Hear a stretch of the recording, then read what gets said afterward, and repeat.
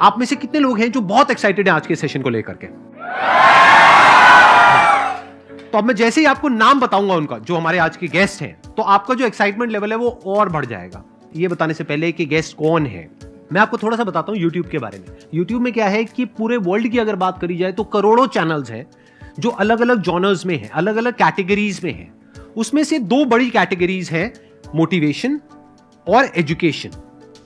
पूरे वर्ल्ड में जो वर्ल्ड का नंबर 1 मोटिवेशन चैनल है वो मेरा है, और जो वर्ल्ड का नंबर 1 एजुकेशन चैनल है किसी इंडिपेंडेंट क्रिएटर का, वो उनका है, जो कि हमारे गेस्ट हैं। उनके 17 मिलियन से ज्यादा सब्सक्राइबर्स हैं। Please give an energetic and warm welcome to the one and only Khan sir.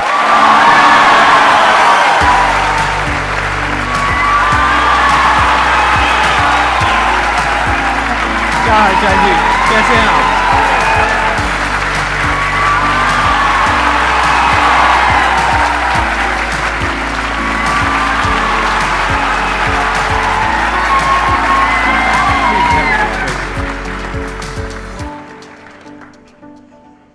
इससे पहले कि ऑडियंस आपसे कुछ पूछे या इंटरेक्ट करे, मेरे माइंड में एक क्वेश्चन है आपके लिए जी।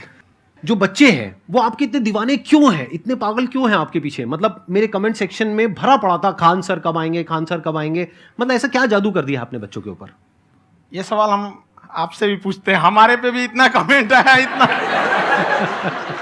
मेरे तो ऑफिस में लोग चले आए कि सर कब जा रहे हैं। अच्छा। क्योंकि हम लोग का तो एग्जैक्ट है वही पढ़ाना है। हाँ।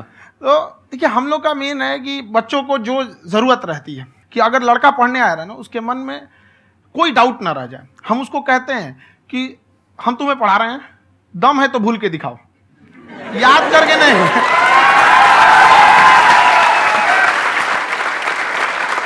प्लस आप जिस प्राइस पॉइंट पे पढ़ा रहे हैं, आई थिंक वो सबसे कम है, वो बहुत ही कम है। सर ये जो फीस का कल्चर है, ये हमारा इंडियन कल्चर नहीं है।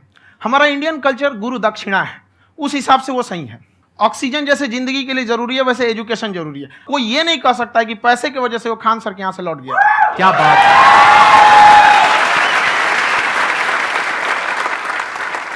मैंने देखा कि आपका ये जो चैनल है कि ये पिछले 3 साल के अंदर अंदर ही ग्रो किया है। हमको जब चैनल शुरू हुआ तो एक दिन में हम 4-5 वीडियो बनाए। एक हमको कुछ आता, आज भी नहीं आता इतना, तो हम देख के कैमरा उमरा तो हम कंफ्यूज हो गए, बाप रे। तो हम एक ही दिन में वीडियो शूट किया, पढ़ाने वाला टॉपिक था हमको। उसके बाद कभी वीडियो नहीं, 6-7 वीडियो एक ही बार शूट कर लिए। और एक जो थे जिनका कैमरा वगैरह था, मेरे पास कैमरे भी नहीं थे उस टाइम, और कैमरा 35,000 का था, तो 6 महीना इसी में लग गया, जो 35,000 इसी में फंस जाएगा। तो उनके कैमरे से शूट किए, उन्होंने कोई चार्ज लिया, उसके बाद हम छोड़ ही दिए। लॉकडाउन लगा, तब हम कहें आप कैसे पढ़ाएंगे, वो तो 1 दिन 2 दिन करते करते अचानक लंबा हो गया।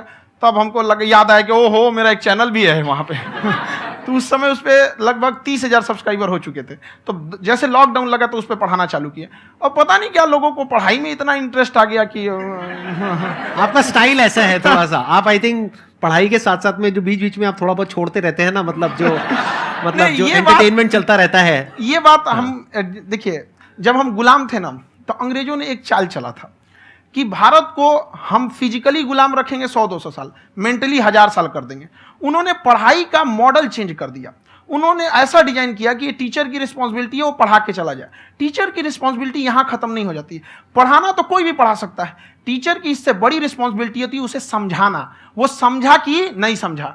अगर लड़का आपके समझाने के बाद डाउट रह गया तो ये आपकी गलती है। लड़का हमसे पूछता है सर इतनी भीड़ है आपके पास, तो कहे सर डाउट कैसे पूछेंगे? हम कह रहे यार तुम्हारा डाउट बचेगा तब ना पूछेगा तुम डाउट यहाँ पर।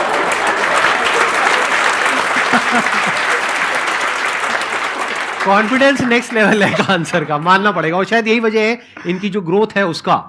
किसी ने शायद सपने में भी नहीं सोचा होगा कि पिछले 2 साल के अंदर अंदर जो आपके चैनल की ग्रोथ हुई है, जैसे आप खुद ही बता रहे हैं कि लॉकडाउन के टाइम पे आपके 30,000 के करीब सब्सक्राइबर्स थे, आज की डेट में 17 मिलियन है। और मेरा एक क्वेश्चन और है, इससे पहले कि ऑडियंस में से आपसे कोई क्वेश्चन पूछे, कि कई बार आप ऐसे भी टॉपिक्स टच करते हैं जो थोड़े से कंट्रोवर्शियल हैं या थोड़े से सेंसिटिव हैं, जिसके ऊपर बात करने की हिम्मत आई थिंक बहुत ही कम लोगों में है।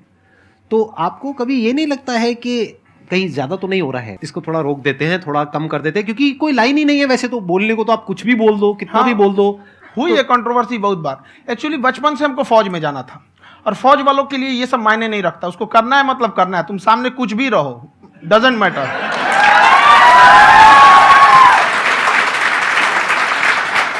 और मैंने YouTube पे देखा कुछ वीडियोस में कि आपका जो इंस्टीट्यूट है वहां पर आज से कुछ साल पहले कुछ बम गिरे थे। हाँ, कुछ गिरे थे, कुछ तो बहुत सॉलिड जगह गिरा था, फटा नहीं वो।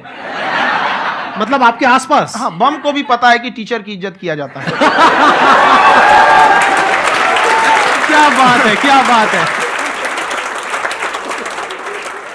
मैं समझ पा रहा हूं कि ये आपके अंदर जो एटीट्यूड है ये कहां से आ रहा है, क्योंकि आप बचपन से ही फौज में जाना चाहते थे, तो आप जंग के मैदान में ही खड़े हैं एक तरीके से। बस फर्क ये है कि आपके हाथ में कलम है, हथियार ना हो करके। हथियार से एक आदमी की जान जा सकती है, हाँ। कलम से बहुत ताकत होता है। शिक्षा एक ऐसा हथियार है ना, हर कुरीतियों से लड़ सकता है, हर तरह की समस्याओं से। और ये एक ऐसा हथियार है, मेटल डिटेक्टर में भी नहीं पकड़ाता है।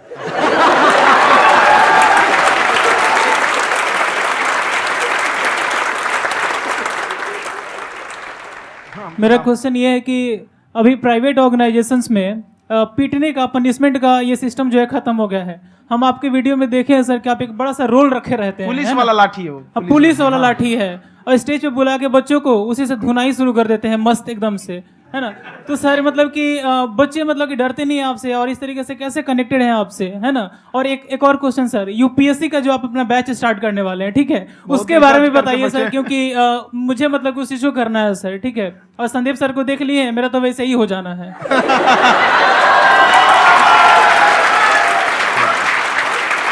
क्या हो जाना है? मेरा पूरा कंप्लीट करो।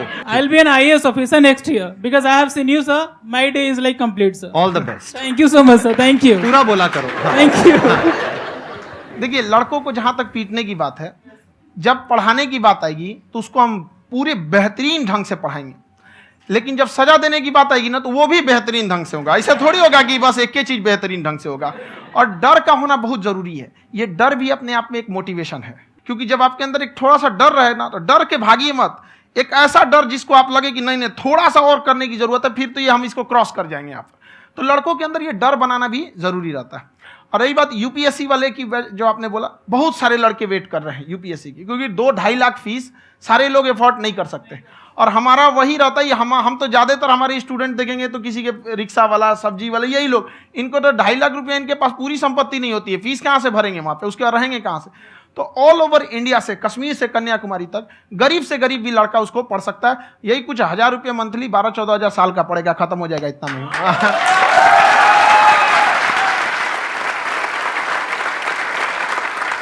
ये जो डंडे वाली बात इन्होंने कही, ये सच है? मतलब आप सच में एक डंडा रखते हो? पुलिस का ही है वो।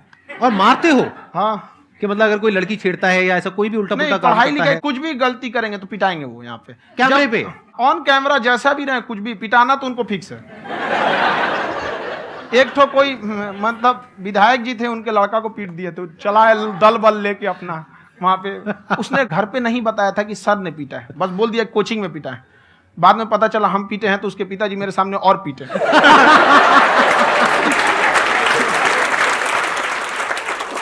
सर आपका सबसे बड़ा डर क्या है, आप दोनों का? फौजी को डरे नहीं लगता है,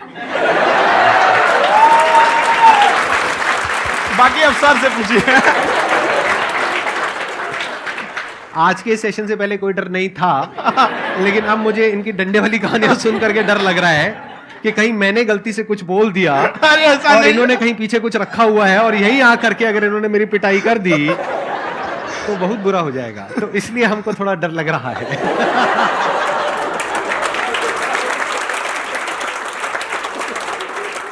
आपकी डेली कितने घंटे क्लासेस होती हैं? 6-7 घंटे। अभी भी खुद ही करते हो आप? हाँ, जो भी हमारे classes स्टाफ करते परेशान रहते हैं। हम 1:30-2 बजे सोते हैं, सुबह 6 बजे उठ जाते हैं, परेशान रहते हैं। हैं। यार इतना क्यों करते हो, है ना? कभी तो उनको भी साथ साथ लगना पड़ता है ना? उनको साथ साथ लगना पड़ता है। हम जग गए हैं तो कोई सोया थोड़ी रहेगा, परेशान रहते, दिन में सोते ही नहीं है बेचारा, कहीं कहीं जाके सोते रहता है। हम सीट बांध दिए कि भाई तुम इस समय सो जाना, तुम इधर सो जाना। आपकी शादी हो गई या नहीं हुई अभी?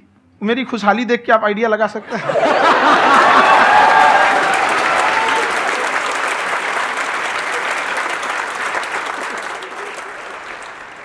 First of all I would like to say sir thank you so much to you and to your team कि आपने मुझे यहाँ आने का मौका दिया। एंड सर अब तक मैंने आपको सिर्फ फ़ोन या लैपटॉप में ही देखा है दोनों को, आज फर्स्ट टाइम लाइव देख रही हूँ तो बहुत अच्छा लग रहा है। तो मेरा क्वेश्चन ये है सर आपसे जब हम लाइफ में कोई डिसीज़न लेते हैं कि हमें ये पर्टिकुलर चीज़ करनी है, और क्योंकि हम डिसीज़न लेते हैं तो हमारी आदत है कि पहले हम 4 लोगों से पूछते हैं कि तू बता तेरी क्या राय है, तू बता तेरी क्या राय है।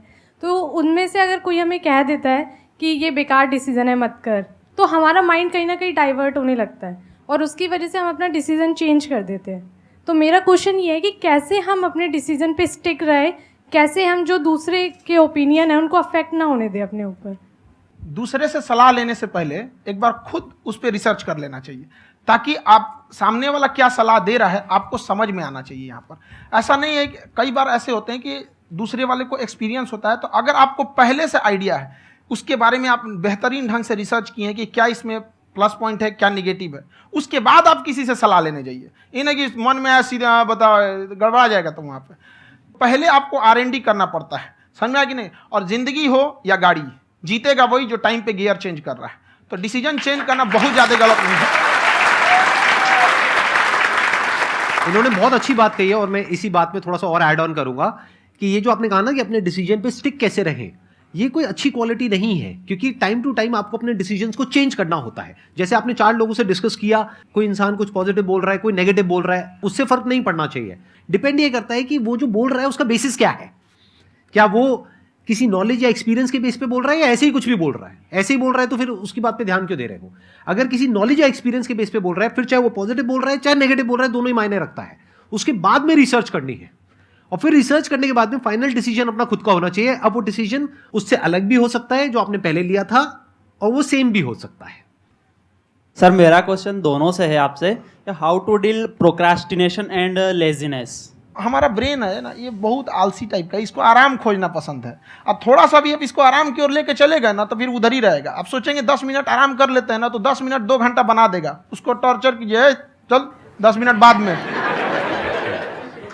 उसको आप उस पर हावी में, वो कह रहा है कि हमको आराम चाहिए, आपको हाँ आराम मिलेगा, पहले काम फिर मिलेगा आराम। तो आप उसके हिसाब से मत चल। आपका मन कर रहा है थोड़ा सा देख लेते हैं, कोई नोटिफिकेशन आया, आप कोई काम कर रहे हैं, क्यों पहले काम कर लीजिए, बाद में देखिएगा ना नोटिफिकेशन। आप हावी मत होने दीजिए यहाँ पे। अगर आप 5 मिनट भी थोड़ा सा लूज पड़े ना, थोड़ा सा कमर सीधा कर लेते हैं, 2 घंटा बर्बाद कर दिया आपको। हावी मत होने दीजिएगा उसको अपने ऊपर। प्रोक्रेस्टिनेशन को तोड़ने का एक ही तरीका है, सबसे छोटे लेवल पे ले जा करके उस गोल को तोड़ दो। यानी वो गोल बहुत बड़ा है, उसको ब्रेक डाउन करो, उसके सबसे पहले स्टेप पे आ जाओ कि उसको अचीव करने का सबसे पहला स्टेप क्या है। जैसे गाड़ी चलाना सीखना है, उसका सबसे पहला स्टेप क्या है। अगर घर में कोई नहीं है सिखाने वाला या सिखाने वाली, तो बाहर जा करके जो गाड़ी का ड्राइविंग स्कूल है उधर जा करके पैसे दे दो। अब फंस गए ना तो फंसा दो अपने आप को। दिमाग ये लगाओ कि अपने आप को कैसे फंसाया जाए। जब हम फंस जाते हैं ना तो फिर हमको वो काम करना ही पड़ता है। Then there is no looking back. जब तक आप सोच रहे हो तब तक सोच रहे हो, उसको बोलते हैं पैरालिसिस ऑफ एनालिसिस, कि आप सोचते चले जा रहे हो अपने माइंड में, मैं ये करूंगा वो करूंगा वो करूंगा वो करूंगा, और प्रोक्रेस्टिनेट हो रहा है, वो चीज टलती चली जा रही है। तो उसको छोटे से छोटे लेवल पे ब्रेक डाउन करके उसको कर दो, दैट इज नंबर 1। और जैसे ही करना शुरू करते हो, कोशिश करो कि उसको जब तक कि आप सही से नहीं कर लेते हो उसको छोड़ना नहीं है, तो आपकी लेजीनेस भी खत्म हो जाएगी। कई लोगों को तो हमने देखा है, जो सप्ताह में कुछ भी नहीं करता वो भी संडे को आराम कर रहा है।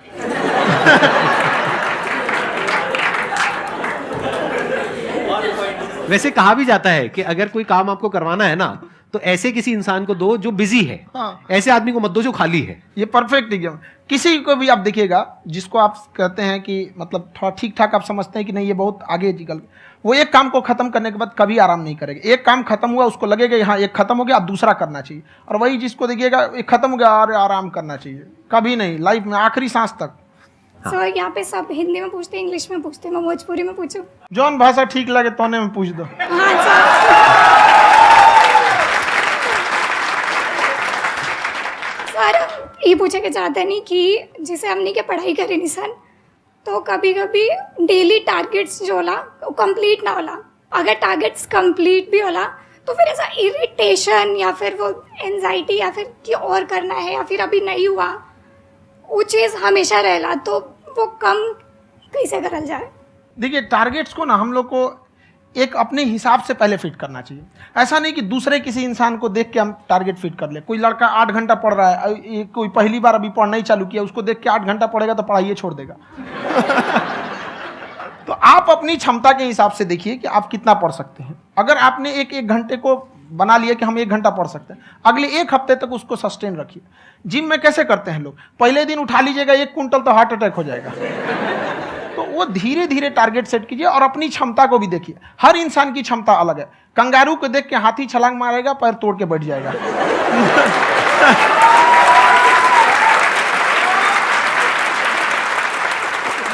अब संदीप सर का मोटिवेशन देख के इसका मतलब क्या कि ट्रेन के आगे खड़ा हो जाएंगे, ढकेल देंगे तुमको। हालांकि ऐसा कर देते हैं, लेकिन ऐसा करिएगा लोग नहीं, क्षमता पता होना चाहिए। आपके अंदर एंजाइटी हो रही है कि मैंने कर तो लिया है, आप ये नहीं कह रहे कि मैंने कुछ भी नहीं किया है फिर मेरे को एंजाइटी हो रही है, आप ये कह रहे हो मैंने काफी कुछ कर लिया है फिर भी एंजाइटी हो रही है कि कहीं कुछ छूट तो नहीं गया है। तो बेसिकली आपको ये देखना है कि अगर आपके अंदर ये एंजाइटी हो रही है, that means you are a very good student, आप एक अच्छे स्टूडेंट हो। क्यों? क्योंकि बहुत सारे स्टूडेंट्स तो ऐसे हैं उनको पढ़ने के नाम से एंजाइटी होती है। तो आपको एंजाइटी हो रही है कि मैंने पढ़ लिया, दिन में मानो 8 घंटे का आपने टारगेट सेट किया और 6 घंटे पढ़ लिया, या मान लो 8 घंटे भी पढ़ लिया, फिर भी एंजाइटी हो रही है कि मैंने 10 घंटे नहीं पढ़ा। तो ये तो अच्छी क्वालिटी है ना, ये तो एक ब्रिलियंट स्टूडेंट की क्वालिटी है, क्योंकि एंजाइटी उसी को होती है जो केयर करता है, जिसको परवाह है, उसी की तो एंजाइटी होती है। जैसे माँ को अपने बच्चे की, जैसे एक माँ को अपने बच्चे को लेकर के एंजाइटी होती है। हंस लो मजाक उड़ा लो मेरा। कोई बात नहीं, एडिट कर देंगे इसको हम। हाँ।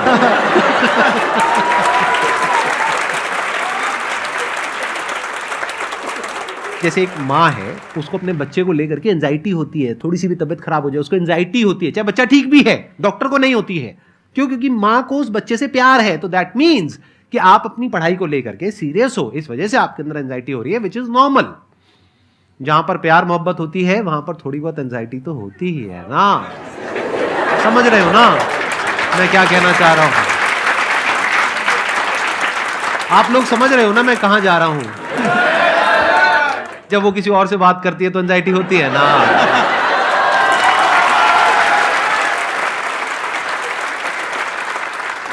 सर, आपकी स्टोरी हमने सुनी थी, तो एक टाइम आया था जब आप गंगा किनारे जाके बैठ गए थे, उस समय आपको कुछ समझ नहीं आ रहा था। तो उस समय मतलब आपने ये डिसीजन कैसे लिया कि अब आगे नहीं, यहाँ से वापस जाना है? रास्ता ही नहीं था। घर जाने के लिए एटलीस्ट 90 रुपए चाहिए थे, जेब में 40 रुपए थे। कैसे घर जाते हैं? और हम गंगा के किनारे चुपचाप बैठे बैठे हम कहें कि अब बहुत टेंशन हो गया, अब घर जाना चाहिए। रूम पे तो किराए के रूम पे ही आदमी सारे लोग रहते। गए वहाँ पे तो रूम लॉक हो गया था। तुम खटखटाए तो ऊपर से गुस्सा से बोले जो ऑनर थे, क्या टाइम हो गया है? तुम कहे 9-10 बज रहा होगा। घड़ी देखिए तो 2 बज रहा था रात का, 2-2:30 बज गया था वहाँ। टेंशन में आप तो होता है, कई बार ऐसा समय आएगा कि लगेगा जैसे अब कुछ नहीं हो सकता है। तो इससे घबराना नहीं है। कभी कभी गुच्छे की आखिरी चाबी भी ताला खोल देती है। जो बातें आपने बताई कि घर में प्रॉब्लम ये तो बहुत लोगों ने फेस करी वहां पर, आप अकेले नहीं है, बहुत लोगों ने ये प्रॉब्लम्स फेस करी, बहुत तरह की प्रॉब्लम्स देखी, बहुत तरह की स्ट्रगल्स देखी, लेकिन वो सब इतने कामयाब नहीं हो पाए जितने कि आप हुए।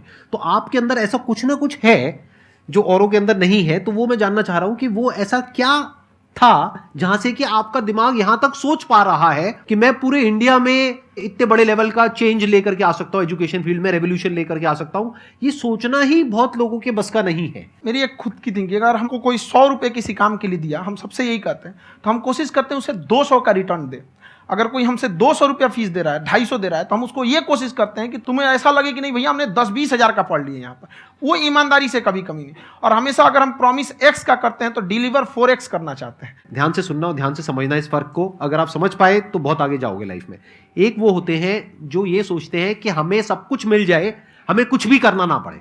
दूसरी कैटेगरी होती है लोगों की जिनको जितना मिलता है उसमें भी चोरी चकारी करते हैं या कोशिश करते हैं कि उससे कम दे सामने वाले को जितना कि हमें मिल रहा है। तीसरी कैटेगरी होती है लोगों की, जो इनके जैसे लोग होते हैं, वो क्या करते हैं, वो ये सोचते हैं कि अगर मैंने किसी से 1 रुपए भी लिया, देखा जाए तो 200-250 रुपए कुछ भी नहीं होता है, 200-250 रुपए अगर मैंने लिया तो कैसे उसको 400 रुपए की वैल्यू दूं। ये जो थिंकिंग है ना, यही एक फर्क होता है एक ऐसे इंसान में जो बहुत आगे निकल जाता है और उस इंसान में जो मीडियोकर रह जाता है। आप अपने आप को अपने आप के ऊपर समय दीजिए, उसको डेवलप कीजिए। जब आप अपने आप के ऊपर खर्च करते हैं तो आने वाले समय में लोग गूगल पे आपको सर्च करते हैं। क्या बात है सर, ये आपने अभी बनाया है या ये कोई पुराना आपका वो है? बनते रहता है इसे, फ्लो में बन जाता है। आपके अंदर ना सर एक कवि छुपा हुआ है कहीं ना कहीं जो बाहर आना चाहता है। कभी ना कभी आपने सोचा होगा कुछ। हाँ, कभी कभी देखिए, एक चीज है, संगत का बहुत अच्छा असर पड़ता है। ये चीज को हमेशा, संगति का मतलब लोग हल्के में ले लेते हैं। संगति का मतलब होता है संग संग गति। तो अच्छे लोग के साथ रहेंगे तो संग संग अच्छी गति होती जाएगी, खराब में रहेंगे तो ये भी होता है। बट अपने आप को थोड़ा सोचना चाहिए कि हम केवल जी के मर जाएं इसके लिए नहीं आए हैं। लोग कहते हैं कि सर नाम क्यों नहीं बताते अपना। हमारी एक ही सोच है कि जाने के बाद इस दुनिया से हमको मतलब एक चीज देना चाहते हैं स्टूडेंट्स को, कि वो याद करें कि इस पैसे की भाग दौड़ की दुनिया में हर कोई दोनों हाथ से लूटने में लगा है खाली हाथ जाने के लिए। ये सबको लगा है। तो हर कोई को ये सोचना चाहिए कि था कोई इंसान जो इतने कम फीस में इतनी शिक्षा जो महंगी थी, जो कमाने का रास्ता था, उसको भी एकदम कंपटीशन इतना कर दिया कि अब लोगों को अपनी फीस बढ़ाने में डर लगता है कि अरे यार, लड़का कमेंट करता है कि खान सर इतना ले रहे हैं, आप बहुत बड़ा टीचर हो गए।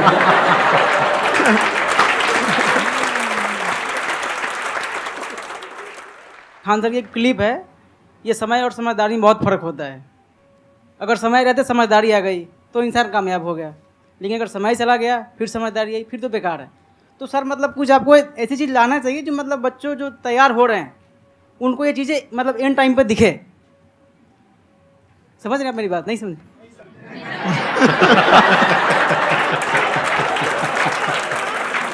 यही होता है सर, सर का मोटिवेशन ज्यादा हो जाता है। जब आप स्ट्रगलिंग फेज में हैं तो कम से कम चीजों को अपने ऊपर खर्च कीजिए, ज्यादा से ज्यादा सीखने में खर्च कीजिए। अगर आपको राजा बनने का शौक है तो गुलाम की तरह मेहनत करना सीखिए, तब राजा बनेंगे।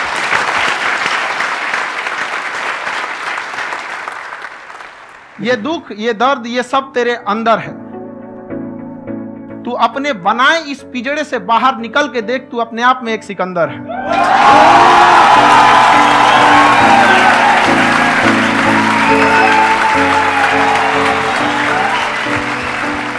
Thank you so much sir for coming. बहुत मजा आया मेरे को आपके साथ में इंटरेक्ट करके। आई एम श्योर आप लोगों को भी बहुत मजा आया होगा।